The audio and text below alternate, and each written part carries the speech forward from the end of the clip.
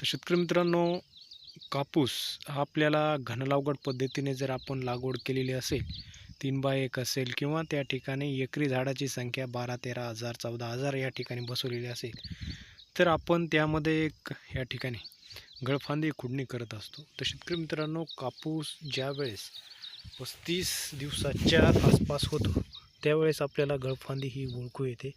आणि शेतकरी मित्रांनो, त्याविषयीचे संपूर्ण व्हिडिओ आपल्या चॅनलवर या ठिकाणी आहेत.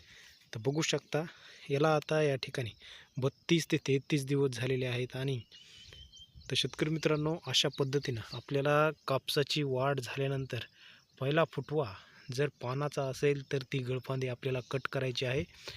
ज्या शेतकऱ्यांनी घन लागवड केलेली आहे त्या शेतकऱ्यांनी आपण या ठिकाणी गळफांदी कट केली तर त्याचा फायदा होत असतो. तर शेतकरी मित्रांनो, यावर्षी अल्निनोचं वर्ष आहे आणि बघू शकता याच्यामध्ये वाढ देखील बऱ्यापैकी होत आहे, परंतु पावसाचं प्रमाण हे कमी आहे. तर शेतकरी मित्रांनो, अशा वर्षामध्ये आपल्याला त्या ठिकाणी कापसाची वाढ जर चांगल्या पद्धतीने झालेली नसेल, तर आपण 35-40 दिवसादरम्यान गळफांदीची खुडणीची सुरुवात करू शकतो. तर शेतकरी मित्रांनो, घन लागवड केलेल्या शेतकऱ्यांनीच या ठिकाणी हा प्रयोग या ठिकाणी करू शकता, कारण त्यामध्ये आपल्याला झाडांची दाटी ही होणार नाही व जास्त एकरी झाडं असल्यामुळं आपल्याला त्या ठिकाणी सरासरी उत्पादन एका झाडापासून येणारं हे कमी जरी भेटलं तरी आपलं एकरी उत्पादन हे चांगल्यापैकी मिळत असतं.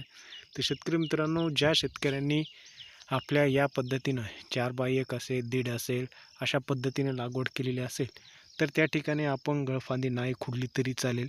परंतु त्यामध्ये कशाप्रकारे आपल्याला ट्रीटमेंट घ्यायची आहे हे देखील आपण वेळोवेळी सांगतच असतो. तर शेतकरी मित्रांनो, कमी खर्चामध्ये उत्पादन कसं आपल्याला घेता येईल हा आपला या ठिकाणी प्रयत्न असतात. तर शेतकरी मित्रांनो, नवीन असाल तर निश्चितच चॅनलला सबस्क्राईब करू शकता. ज्या शेतकऱ्यांनी घन लागवड केलेली आहे त्यांनी निश्चितच गळफांदीची कटिंगला सुरुवात केली तरी चालेल. तर शेतकरी मित्रांनो, आपल्याला बऱ्याच व्हरायट्यामध्ये 35 ते 37 दिवसानंतर गळफांदी ही ओळखू येते आणि आल्यानंतर आपण 45-50 दिवसापर्यंत चांगल्या पद्धतीने ती कट करू शकतो. 55 दिवसापर्यंत देखील आपण 60-60 दिवसापर्यंत गळफांद्या कट केलेल्या आहेत. परंतु अन्नद्रव्य शोषण केल्यानंतर ती कट करून उपयोग नाही. त्यामुळं जितक्या लवकर आपल्याला ती कट करता येईल ते आपण करून त्यामध्ये योग्य वेळी नियोजन करणं महत्त्वाचं आहे. नवीन असाल तर निश्चित चॅनलला सबस्क्राईब करू शकता. धन्यवाद.